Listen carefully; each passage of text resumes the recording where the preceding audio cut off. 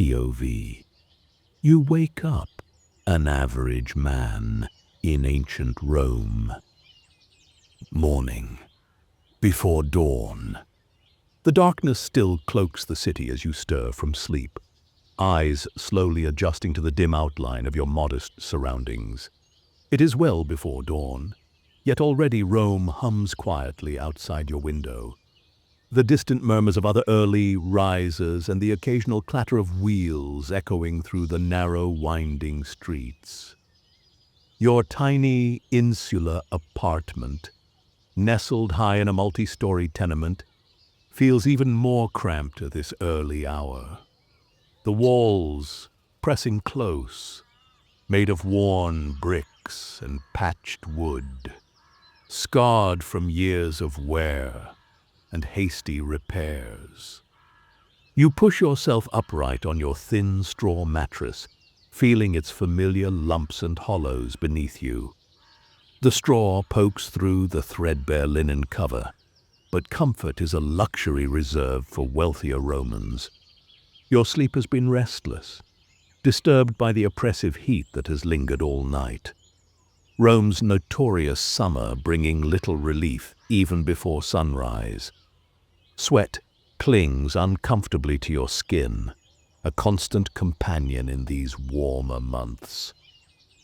Swinging your legs off the bed, your feet meet the cool, uneven stone floor.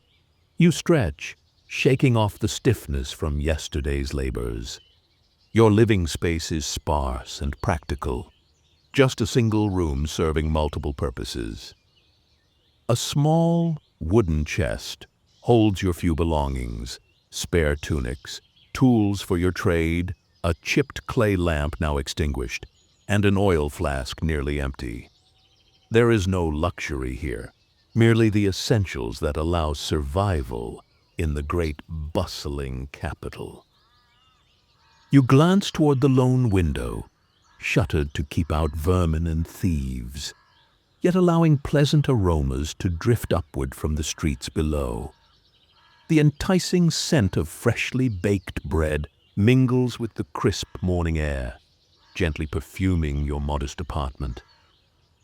These comforting smells provide a simple yet welcome contrast to your otherwise austere surroundings, bringing a momentary sense of peace to your early morning routine.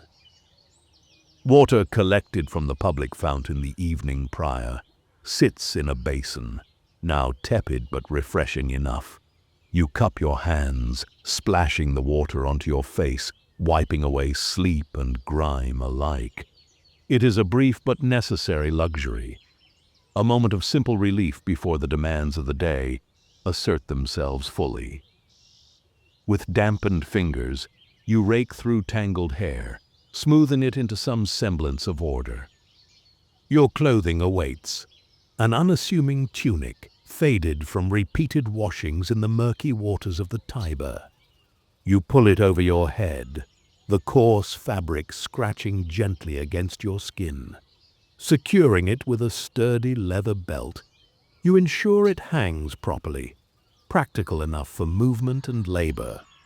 From the belt hangs a small pouch containing a few bronze coins, just enough for today's necessities, and perhaps a scrap of bread from a street vendor.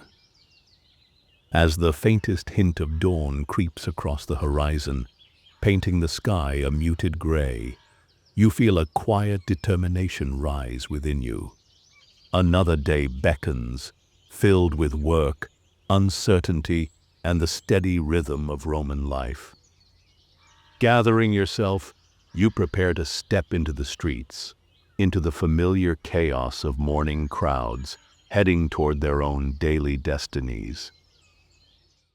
A light breakfast. Stepping carefully down the creaky wooden stairs of your insula, you enter the narrow, dimly lit corridor. A few oil lamps, strategically hung along the walls, cast flickering shadows that dance with your movements. You hear subtle signs of life from behind the thin walls of neighboring apartments. Muffled voices, footsteps shuffling quietly, doors creaking gently open and closed, as others awaken to start their day. Exiting onto the street, the world outside is cool and fresh, the purple-black sky gradually surrendering to a faint golden hue at the horizon. A pleasant chill brushes your skin, invigorating your senses. As you stroll toward your usual taberna, a modest street-side stall, already bustling with early risers, the familiar sights and sounds of a waking Rome surround you. Vendors set out their wares, voices quietly exchanging greetings, and carts clattering by laden with goods bound for the city's markets. Arriving at the taberna, you join a short queue, sharing casual nods of recognition with neighbors who also frequent this early morning routine. The aroma of freshly baked bread fills the air, tantalizing your senses and sharpening your appetite. Behind the counter, the baker skillfully handles the loaves, crusty and warm from the oven, occasionally sprinkling flour on the surface and swiftly slicing portions for waiting customers. When your turn arrives, you exchange a few bronze coins for a hearty piece of bread, its texture rough, yet pleasantly substantial. If your earnings permit, you add a small handful of olives, their salty tang, complementing the humble loaf perfectly. Stepping aside, you savor this simple breakfast, dipping the bread into a cup of watered-down wine, a beverage safer and more customary than plain water from the uncertain public supplies. The wine's slight bitterness contrasts nicely with the warmth of the fresh bread, creating a modest yet satisfying start to your day. As you chew thoughtfully, the bread's coarse grains and subtle warmth nourish more than just your body. They feed your quiet sense of resolve and anticipation. Gazing out into the gradually brightening streets, you feel ready to embrace whatever the day might hold. Beginning work. In ancient Rome, the average worker's day begins well before the dawn fully breaks. The cool air of the early morning is refreshing, carrying with it a gentle breeze that momentarily relieves the lingering heat from yesterday. You rise from your straw-filled mattress, situated in a modest, sparsely furnished apartment within one of Rome's crowded insulae. Quickly donning your simple woolen tunic, you slip on sturdy leather sandals, worn smooth from frequent use. Breakfast is brief, perhaps a chunk of bread dipped in olive oil, accompanied by a small handful of dried fruits, just enough to sustain you through the morning's labor. Stepping into the street, the sky is tinted with the faintest blush of dawn, signaling the day's inevitable warmth. The stone streets underfoot still retain the coolness of night, making your walk pleasantly brisk. You navigate narrow, winding streets that feel almost maze-like, flanked by tall buildings whose upper balconies overhang precariously above. As you pass by the countless tabernae, small shops and stalls, you notice shopkeepers beginning their daily routines. Shutters creak open, goods meticulously arranged, and pots clank gently as vendors prepare for the day's trading. Even at this early hour, the city pulses softly with anticipation. The distant clatter of mule-drawn carts echoes against stone walls as they ferry fresh produce from the countryside into the bustling markets. You sidestep heaps of refuse, already being swept away by street cleaners or slaves, tasked with keeping the city relatively tidy. Occasionally, a bucket of water splashes onto the cobblestones from an upstairs window, narrowly missing pedestrians below. Above you, lines of drying laundry flutter gently in the morning breeze, stretched precariously between opposite windows, a colorful testament to Rome's densely populated living conditions. Reaching the workshop near the Forum, you're greeted by familiar sounds and smells that define your daily existence. The workshop, a small but efficient smithy, is nestled snugly between larger establishments, easily overlooked by those unfamiliar with the neighborhood. Marcus, your employer, greets you with a quiet nod of acknowledgement, his face already smeared with soot and sweat, evidence of his early start. He's been diligently stoking the charcoal furnace, and the fire crackles energetically, sending tendrils of smoke spiraling upward through a narrow chimney, perfuming the air with the pungent aroma of burning charcoal and heated metal. Immediately, you join him in preparing for the day's labor. Your first task is to vigorously pump the bellows, maintaining the furnace at precisely the right temperature, a delicate balance crucial for working with iron. The forge roars to life under your guidance, flames dancing hypnotically. Once the temperature is satisfactory, Marcus gestures you over to the workbench. Together, you organize the day's tools, heavy iron hammers, an assortment of tongs designed to grasp glowing hot metal, chisels, and punches meticulously arranged according to size and function. As the morning deepens, work begins in earnest. Marcus expertly removes a glowing iron rod from the forge, its tip bright orange, almost luminous against the shadowed interior. Under his watchful eye, you wield your hammer, rhythmically striking the malleable metal, shaping it carefully into hinges, utensils, and occasionally parts for wagons or plows. Each blow resonates sharply through the workshop, the sound traveling through the open doorway and echoing down the busy street. Pedestrians sometimes pause, intrigued by the spectacle of sparks showering onto the workshop floor. But most hurry onward, engrossed in their daily tasks. This meticulous and rhythmic work continues, broken only occasionally by brief conversations or instructions from Marcus, who teaches you new methods or corrects your technique. Sweat beads on your forehead, trickling down your face, mixing with soot to create streaks along your cheeks. Your muscles ache pleasantly from the exertion, each repetitive motion becoming almost meditative. Typically, labor such as yours lasts around 6 hours, reflecting a cultural ethos that values balanced living. Romans believed strongly in productive mornings, followed by leisurely afternoons, an approach allowing ample time for visiting public baths, engaging in social interactions at taverns, or attending spectacles and games. Though some in Roman society, notably slaves and the extremely impoverished, endured far harsher and lengthier conditions, the average free-born worker like yourself can anticipate finishing by midday, your responsibilities fulfilled until the sun rises once again. Midday. End of work. By midday, your body feels the toll of the morning's rigorous labor. Your muscles ache deeply from hours of relentless hammering, lifting heavy iron pieces, and managing the heat of the forge.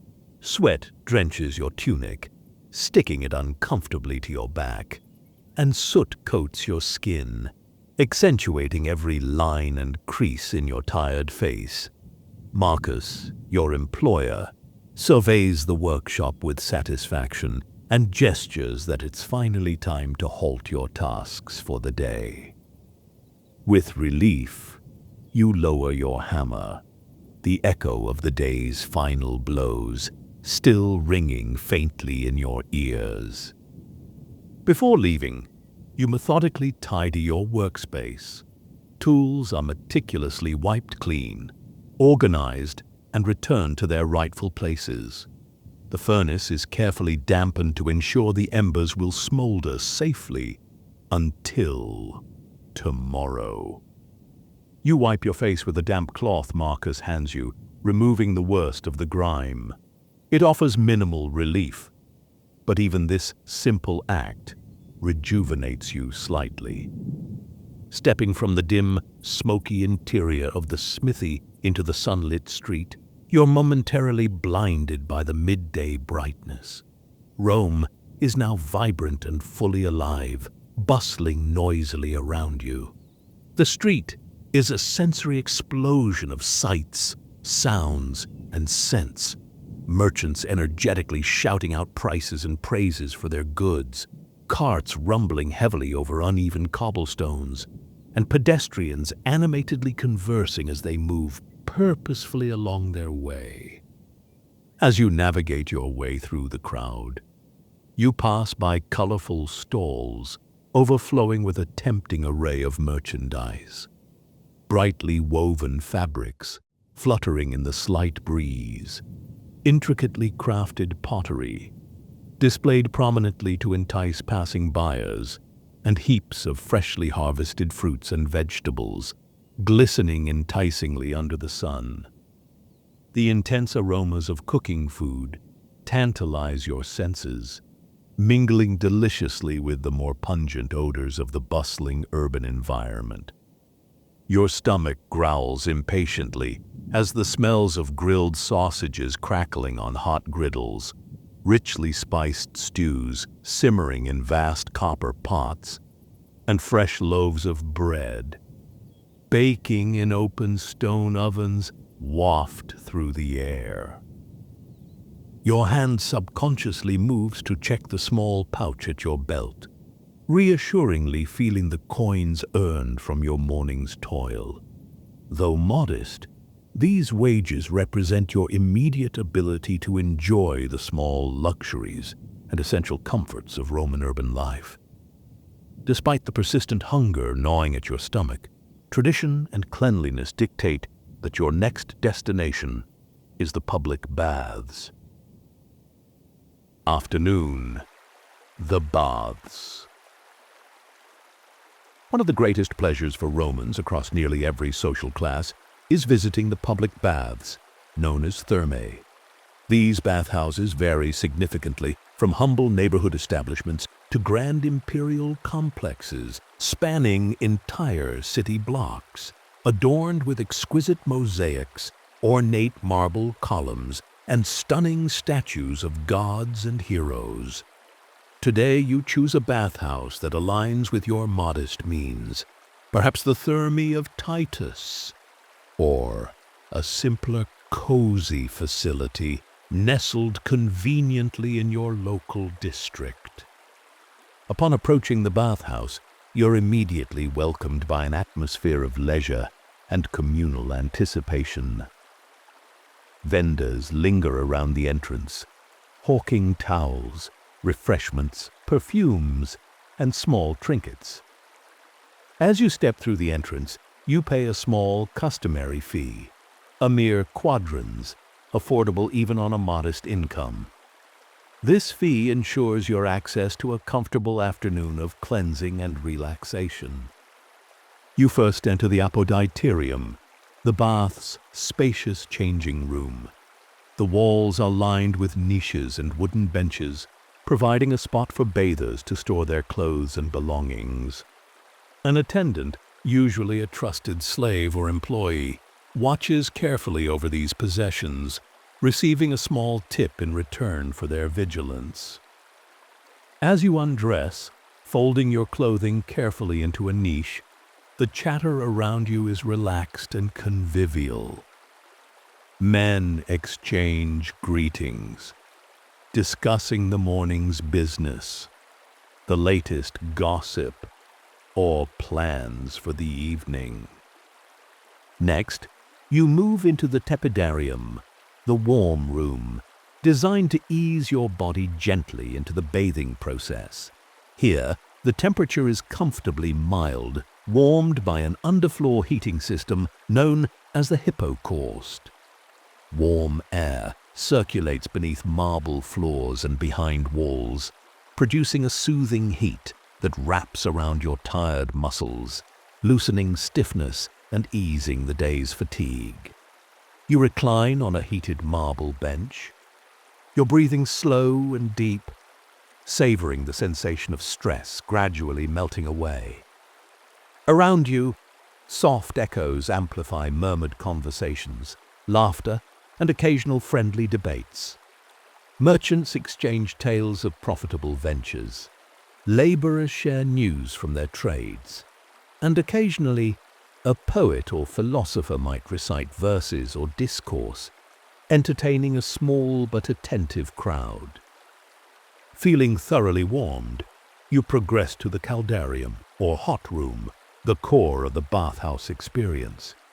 Entering this space, the heat immediately intensifies, moist, thick, and almost overwhelming. The hypocaust system here is particularly potent, with slaves diligently feeding fires to maintain the room's fierce heat. You feel beads of sweat swiftly forming, dripping steadily down your face and body, cleansing your pores. To enhance cleanliness, you anoint yourself generously with fragrant olive oil or aromatic unguents, massaging your skin to lift away grime accumulated from your morning labor.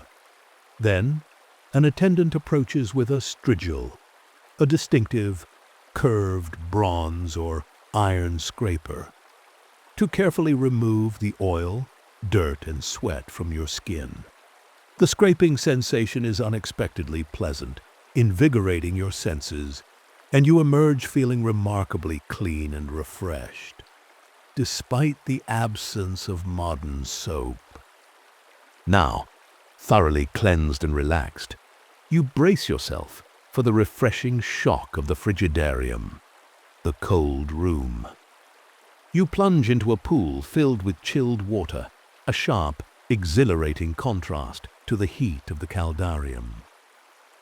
The frigidarium's water, cooled by clever engineering using snow stored from winter or continuously replenished by aqueduct-fed fresh water, sends a bracing shock through your body. Your skin tightens and your heart races briefly, awakening every nerve and invigorating your senses. This sudden temperature shift is believed by Romans to strengthen health, stimulate circulation, and fortify the body. Throughout this bathing ritual, social interaction remains central. Conversations ebb and flow naturally. Perhaps you discuss recent political decisions with a local craftsman, hear fascinating stories from a merchant about exotic goods arriving from distant lands, or even receive practical advice from older bathers regarding business or household matters. The baths, uniquely Roman in their ability to blend leisure with community, facilitate an exceptional atmosphere where men from different walks of life mingle freely, barriers momentarily dissolved by shared experience. Finally, after thoroughly enjoying each stage of your bathing routine, you return to the apoditerium to dress. Feeling rejuvenated, clean, and thoroughly relaxed, the day's accumulated tension has melted away, replaced by a soothing warmth and a profound sense of communal belonging. Stepping back onto Rome's bustling streets, you feel ready to fully embrace whatever pleasures or duties the remainder of the day holds. Attending the games, chariot races. With your afternoon stretching invitingly ahead, you carefully consider your entertainment options. Rome, never short of spectacles, offers everything from the dramatic tension of gladiatorial combat at the Collosseum to sophisticated theatrical performances. Yet today, it's the thrilling chariot races at the Circus Maximus that draw your interest. As you set off towards the Circus Maximus, excitement grows with each step. The enormous stadium, an architectural marvel in itself, sprawls impressively along the Aventine and Palatine hills, stretching hundreds of meters. Even from afar, the deafening roar of tens of thousands of spectators echoes through the city's winding streets, a vibrant hum signaling the intense excitement awaiting within.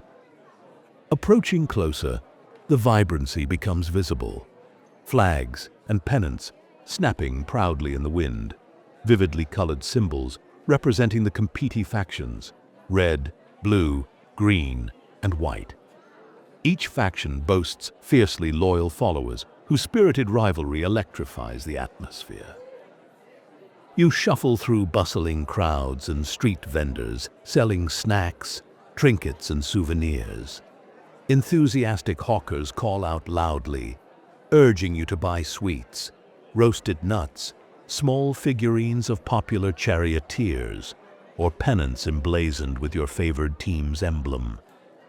Deciding to support the Blues today, you briefly pause to purchase a small blue pennant, waving it proudly as you move through the entrance gates.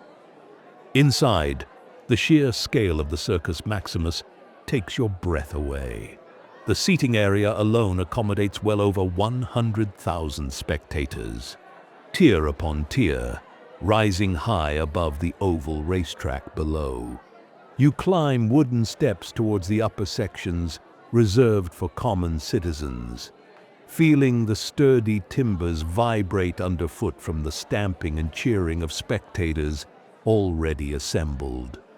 The upper stands may lack the opulent marble comforts of the lower sections designated for senators and patricians, but they offer a commanding view of the spectacle, allowing you to see every thrilling twist and turn around the central barrier, the spina, decorated richly with towering obelisks, elaborate statues, and fountains. The air is thick with anticipation, excitement mingled with the pungent odors of horses, sweat, and swirling dust. Thousands of voices blend into a powerful collective energy, chanting team slogans and exchanging playful taunts with rival supporters. The infectious camaraderie among fellow Blues supporters surrounds you, strangers quickly becoming friends in mutual enthusiasm. Suddenly, a chorus of trumpets pierces the air, commanding immediate silence, followed by a hushed wave of expectation. All eyes shift toward the gates at the far end of the track. With practiced precision, the charioteers, the aurigae, position themselves, their brightly colored tunics identifying their factions. Each charioteer grips tightly to the reins, standing firmly in their lightweight chariots, behind teams of fiercely eager horses, pawing restlessly at the earth. With a dramatic flourish, the starting gates crash open, releasing a surge of intense motion. The chariots rocket forward in a frenzied charge, horses stretching into full gallop, their powerful muscles rippling beneath shining coats. Clouds of dust rise immediately, swirling into the stands, carried by the wind and intensifying the raw immediacy of the event.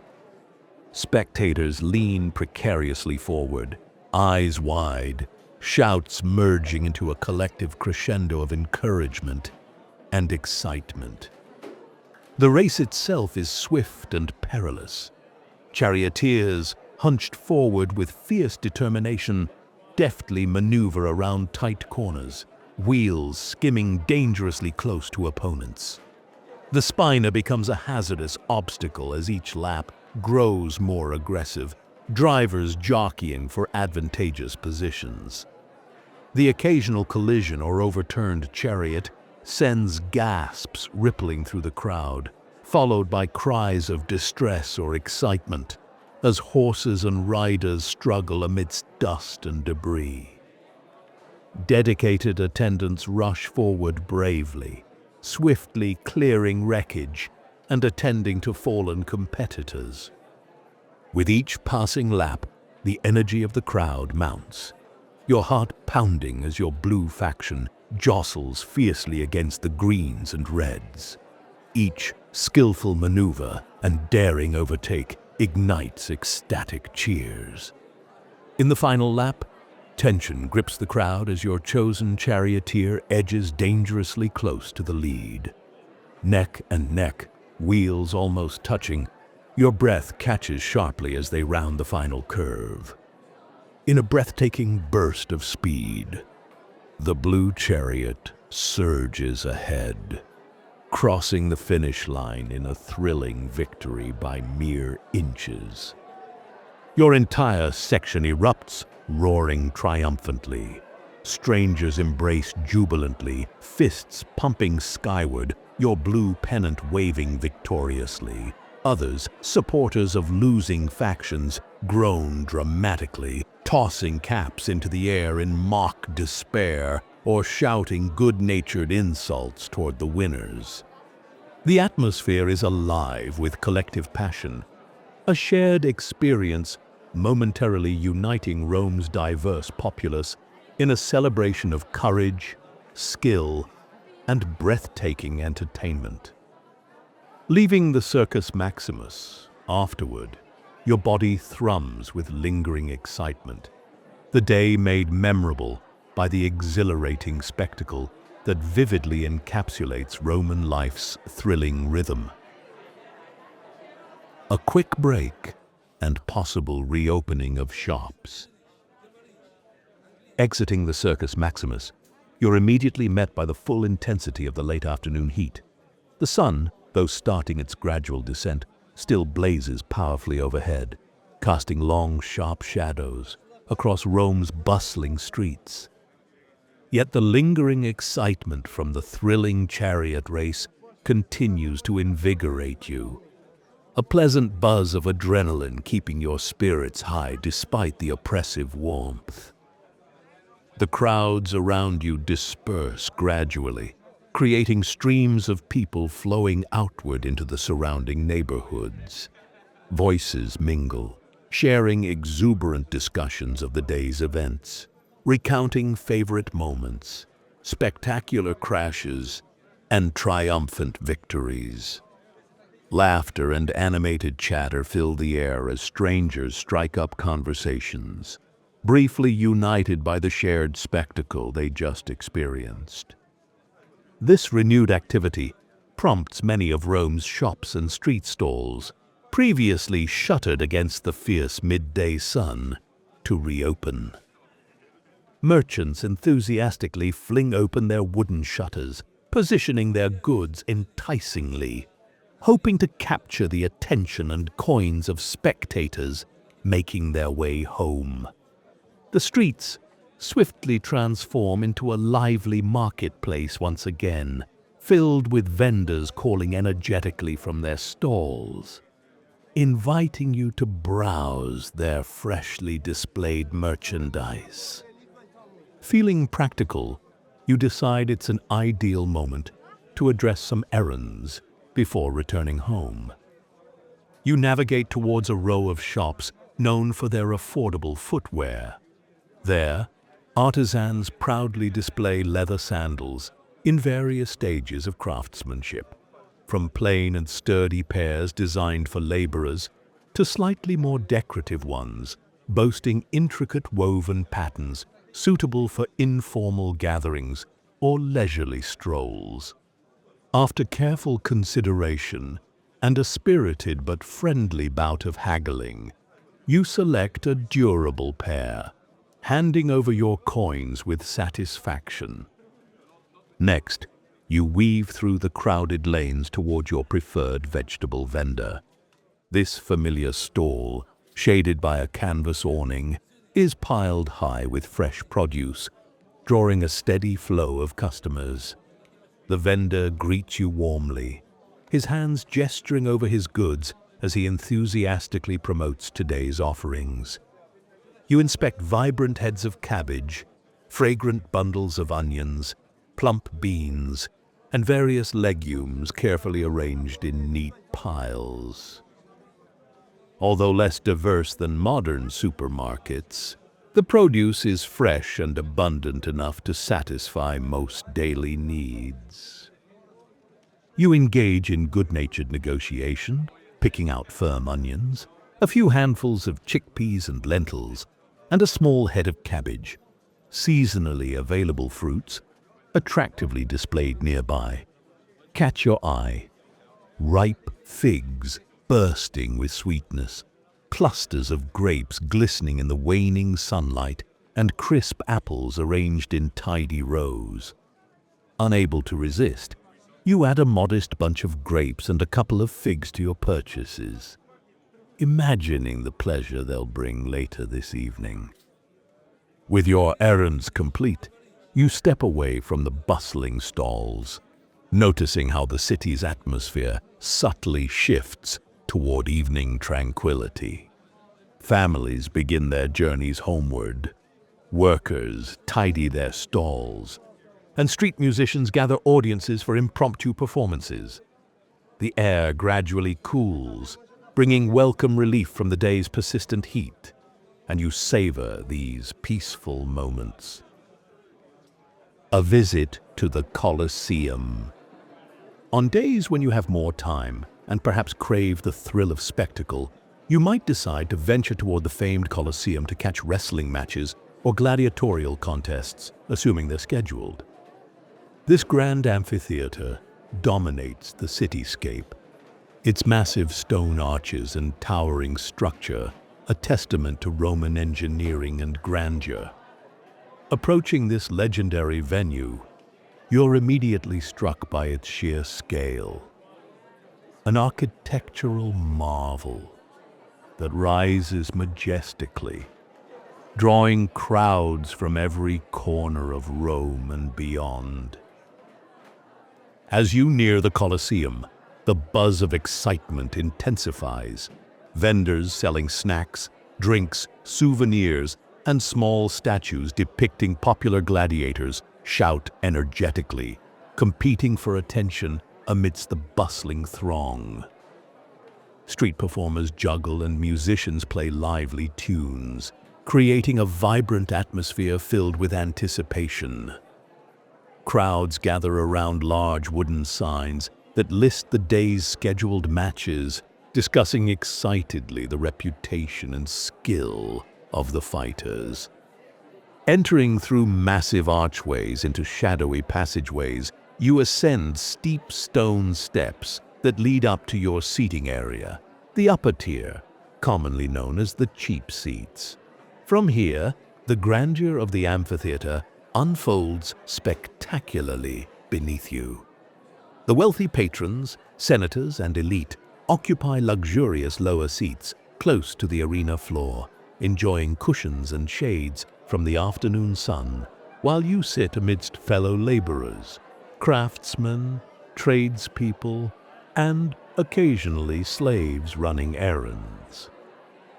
Women sit together in separate, designated sections, engaged in their own animated conversations.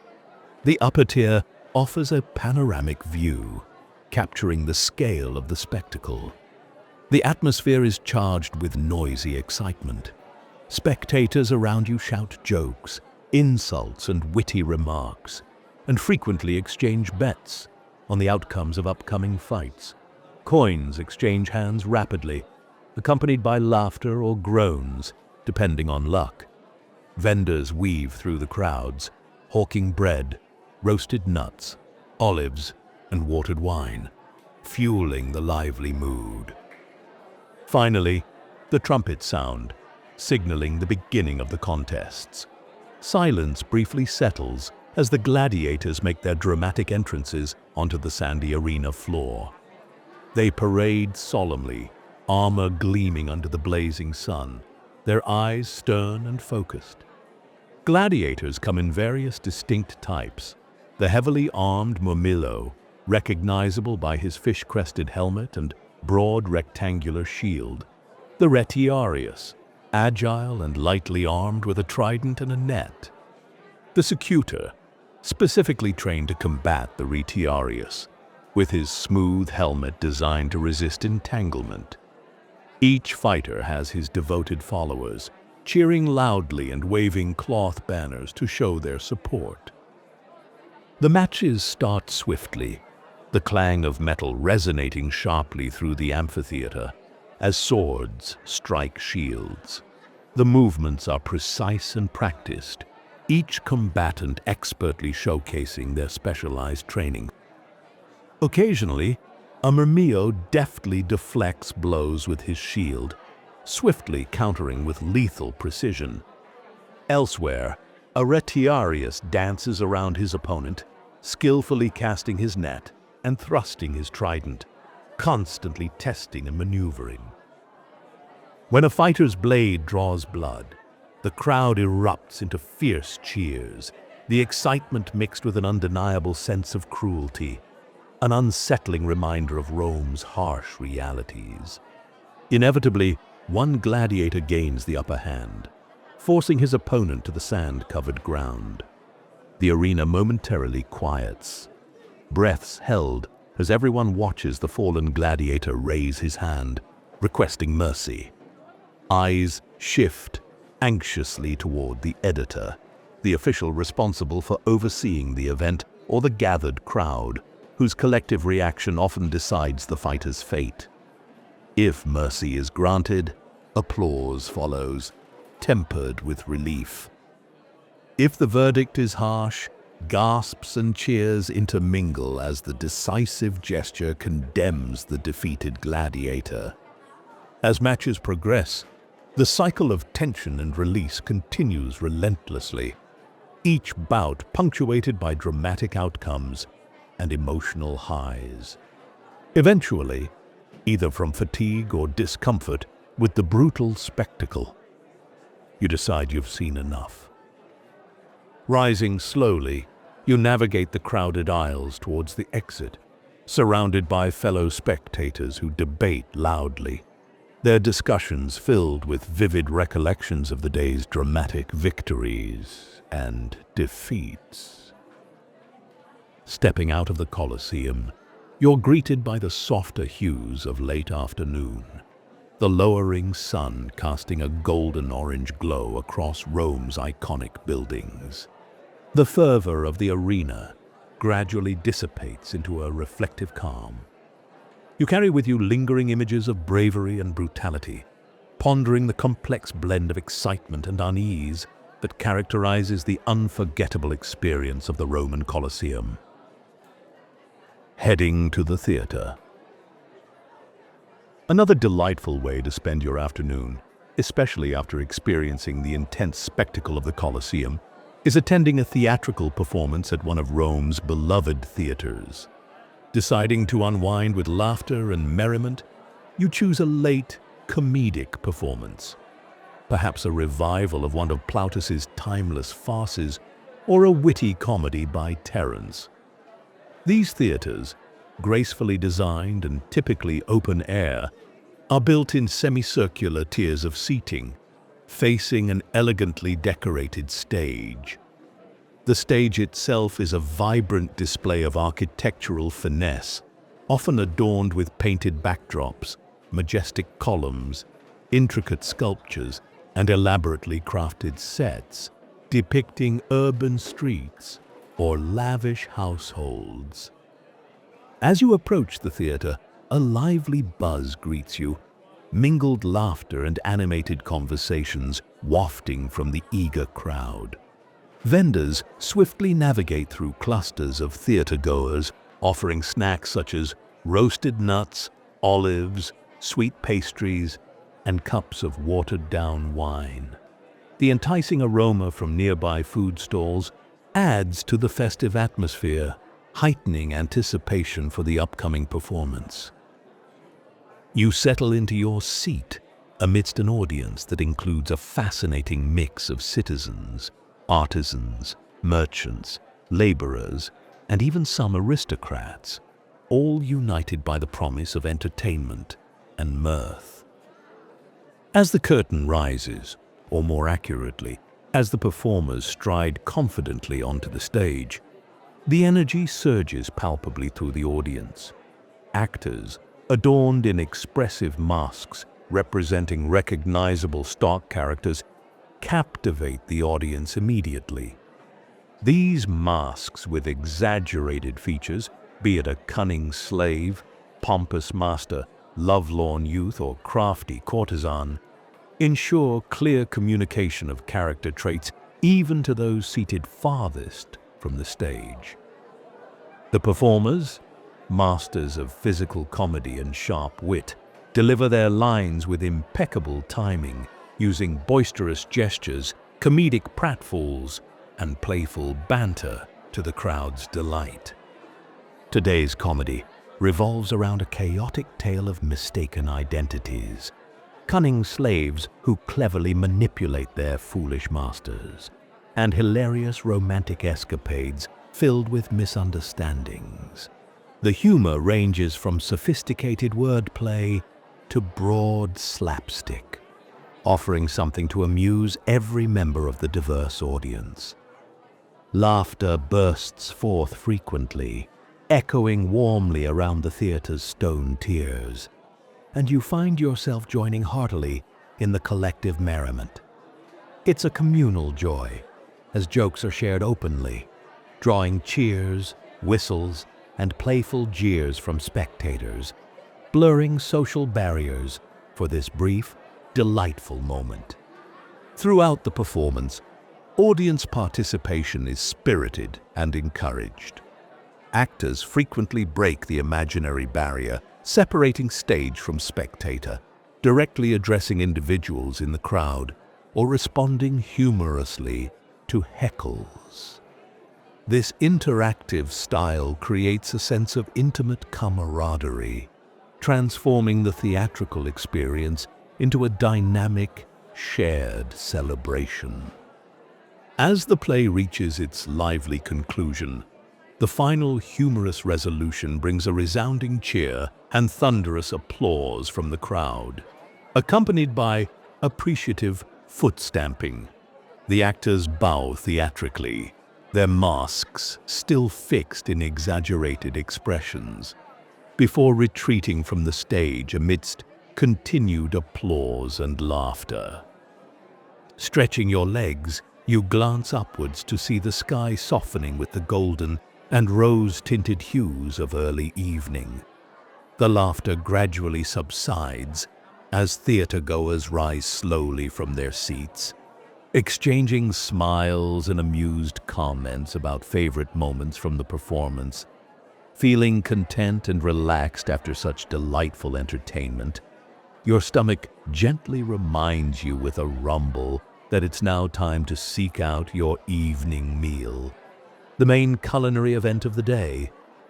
As you exit the theater, the anticipation of food blends perfectly with the lingering warmth of communal laughter, ending your afternoon on a deeply satisfying note.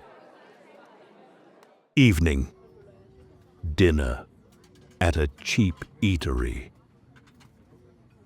You leisurely stroll through the winding streets as twilight deepens into night, guided by the gentle wavering glow of oil lamps flickering invitingly outside a myriad of taverns, popinai, simple eating houses, and thermopolia, establishments known for their counters lined with large earthenware jars filled with steaming, ready-to-eat foods. For most average Romans residing in the crowded insulae, these eateries aren't merely indulgences, but necessities.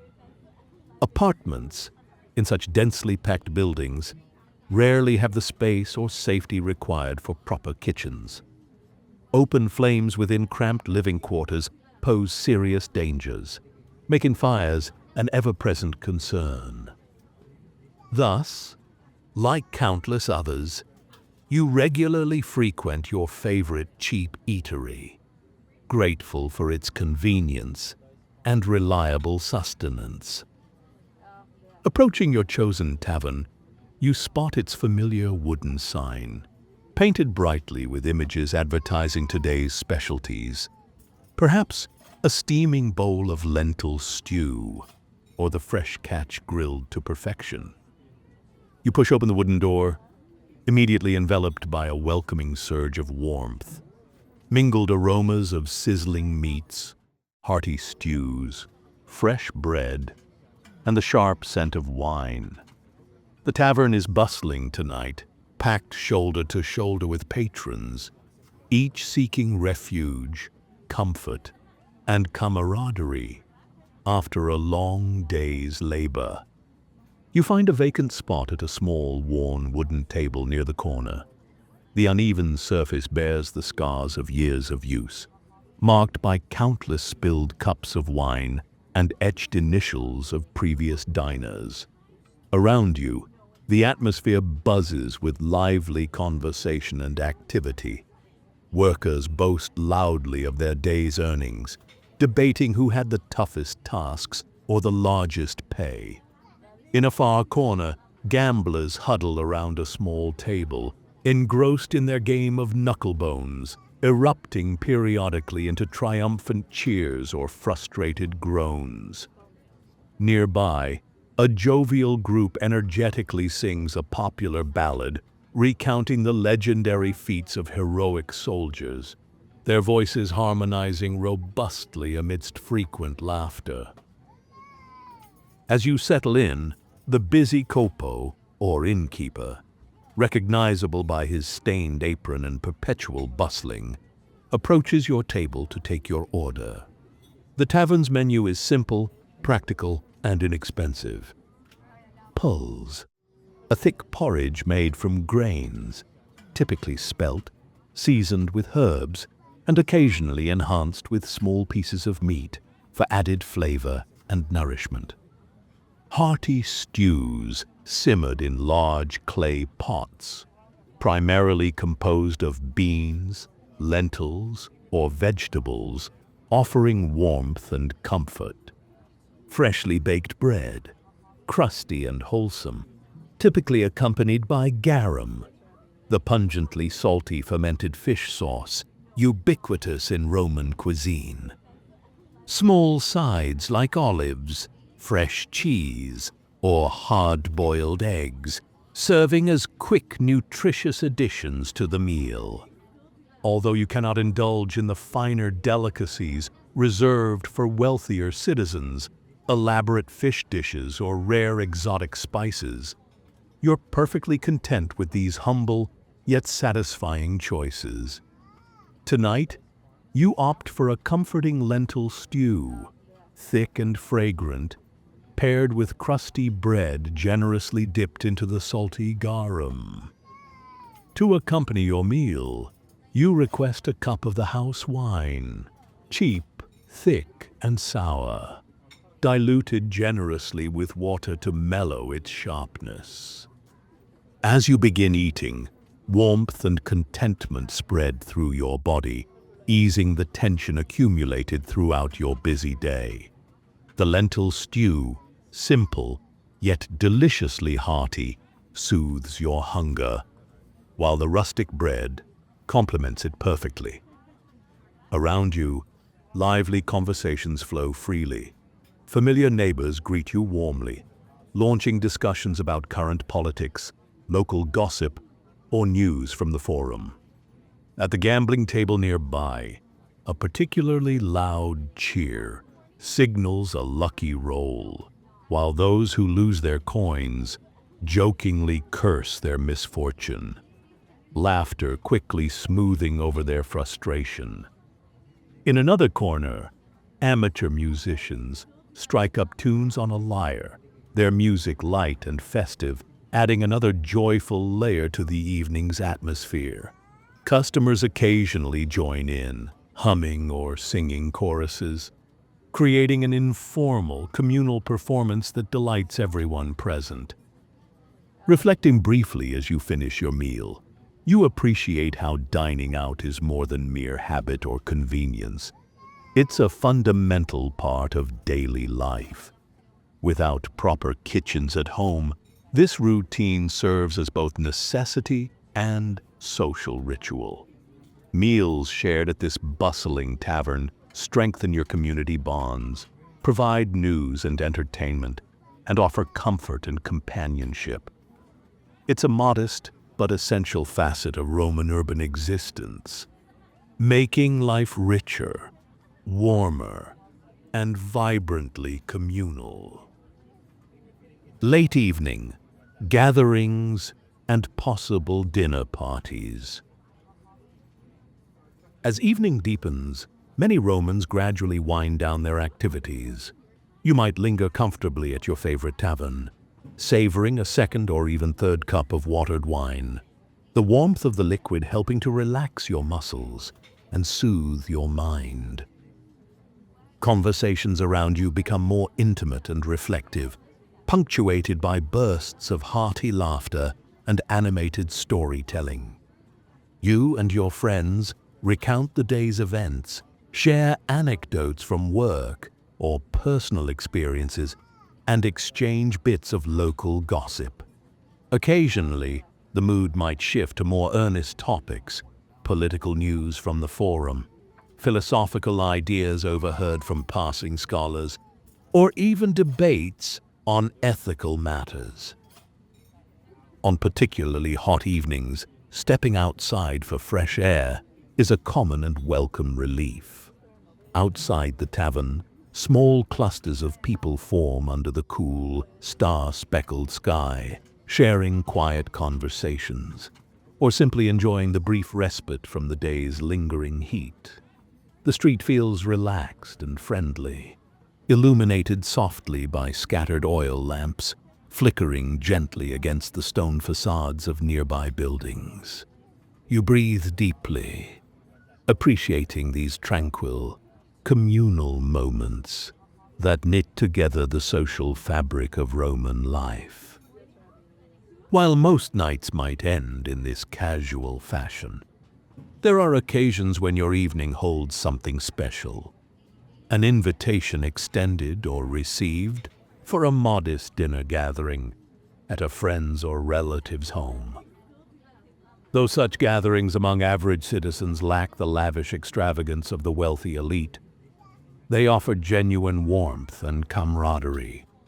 Invitations often coincide with festivals, birthdays, weddings, or family milestones. Occasions when shared meals become joyous and meaningful events. Arriving at your host's modest dwelling, you find a small but inviting dining area prepared for guests. If your host is somewhat prosperous, the room might feature simple couches for reclining, a customary dining posture reserved for relaxed and leisurely meals.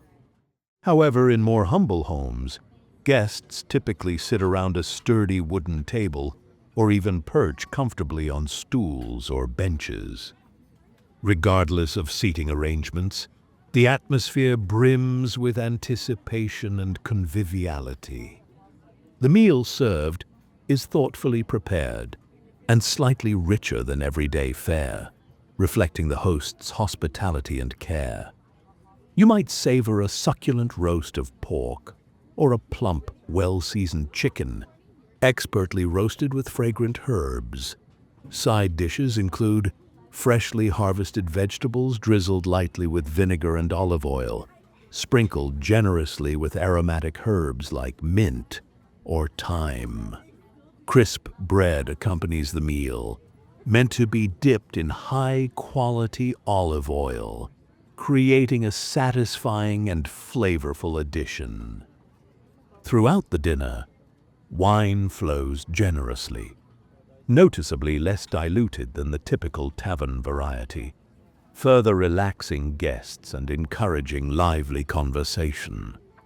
Discussions effortlessly range from humorous anecdotes of the day's misadventures to more profound philosophical musings. Occasionally, someone might recite verses from popular poets or share a short, witty story, eliciting appreciative applause and laughter from fellow diners. As the meal progresses into the late evening, entertainment might emerge spontaneously. Guests skilled in music might produce flutes or a small lyre, offering gentle melodies to enhance the intimate ambiance. Others might suggest friendly games of chance, rolling dice or knucklebones, wagers made in good humor and friendly rivalry, punctuated by cheers, groans, or playful accusations of cheating. Such evenings can stretch delightfully late, the participants reluctant to break the enchanting spell of communal joy and relaxation. The gatherings, modest yet warm and inviting, exemplify the simple pleasures and essential human connections valued deeply by average Romans. Though lacking the extravagance of elite banquets, where exotic dishes such as roast peacock, dormice stuffed with nuts and spices, and elaborate pastries might be served. These humble celebrations possess their own unique charm and significance, reinforcing friendships, familial ties, and a strong sense of community. When you finally bid your companions good night and step back into the quiet, moonlit streets, a profound sense of contentment accompanies you. Such evenings remind you vividly that amid Rome's bustling streets, grand monuments, and endless responsibilities, the simple joy of sharing food, drink, and conversation remains one of life's purest pleasures. Nightfall and final thoughts. Eventually, the time comes to depart, bidding farewell to the warmth of companionship and the comfort of communal joy. As you step out into the night, Rome transforms before your eyes into a city cloaked in mystery and quiet intensity. The busy bustle of daytime commerce and lively entertainment has now faded, replaced by the subtle, hushed pulse of nocturnal activity. The city's main streets flicker gently with the soft glow of torches and oil lamps strategically placed to guide late-night pedestrians. Yet the smaller alleys and side streets remain plunged in darkness. Shadows dance ominously across cobblestones, reminding you of potential dangers lurking within. Moving cautiously through these dimly lit pathways, your senses sharpen instinctively. Tales of thieves and opportunistic criminals come vividly to mind, urging vigilance. Every unexpected sound, a rustling from behind a stack of crates or the creaking of an old wooden door, heightens your alertness. You pass small clusters of revelers staggering home, laughter ringing loudly, mingling with the occasional drunken argument. Night watchmen, identifiable by their steady footsteps and softly murmured greetings, patrol diligently, carrying torches and clubs to ensure peace and order. Navigating carefully along your familiar route, you finally reach your insula, its modest outline visible against the night sky. You ascend the familiar but rickety wooden staircase carefully, each step creaking softly beneath your feet. Inside the apartment building, all is quiet, families and solitary tenants having long retreated behind closed doors. Occasionally, the soft murmur of subdued conversation or the faint cry of a restless infant filters through thin walls, lending the interior a comforting sense of community, despite the quietness. You enter your humble room, a modest sanctuary after the day's exhaustive yet fulfilling endeavors.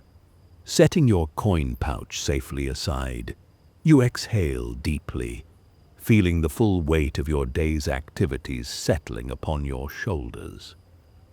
Reflecting on the busy hours spent laboring at the forge, your body recalls the intense heat and rhythmic pounding of iron. The afternoon's pleasures, the soothing embrace of warm waters at the baths, the thrilling races at the Circus Maximus, or perhaps the vibrant excitement of the Collosseum, or the lively theater, linger in your memory, bringing a subtle smile to your lips. Dinner, at the bustling local tavern remains fresh in your thoughts, the laughter and camaraderie resonating warmly within you. Such evenings, filled with conversation, shared stories, and good-natured jesting, reinforce your sense of belonging within Rome's vibrant community. These memories blend seamlessly into the tapestry of your everyday life, woven carefully through routines, traditions, and simple yet joyful moments. The sounds of Rome's nighttime gently drift through your small open window, adding another comforting layer to your familiar routine. Distant echoes of hushed conversations float from neighboring apartments, punctuated occasionally by the sharp bark of a stray dog or the distant rumble of a late-night delivery cart. Farther away, you glimpse flickering torches illuminating the monumental structures near the Forum, their majestic outlines silhouetted dramatically against the moonlit sky. Rome at night seems timeless, a blend of grandeur and simplicity, its vast scale balanced by the intimate rhythms of daily existence. Finally, you stretch out upon your mattress, its coarse stuffing offering modest but sufficient comfort after a day's honest labor. Your muscles ache pleasantly, a testament to the day's diligent efforts. Yet, beyond the physical fatigue lies a deeper, more profound sense of satisfaction. Your life, structured by the steady rise and set of the sun, by communal activities in the streets and baths, and enlivened by the warm, vibrant gatherings of friends and neighbors, offers a deeply fulfilling rhythm. Closing your eyes, you let yourself be gently carried toward restful sleep, secure in the knowledge that tomorrow promises another day of meaningful labor, simple pleasures, and communal interactions. In mere hours, Rome will stir again, vibrant and bustling, ready to embrace a new day filled with possibilities, adventures, and challenges. And you, refreshed and eager, will rise alongside your beloved city, prepared once more to experience the rich, daily tapestry of life at the very heart of the mighty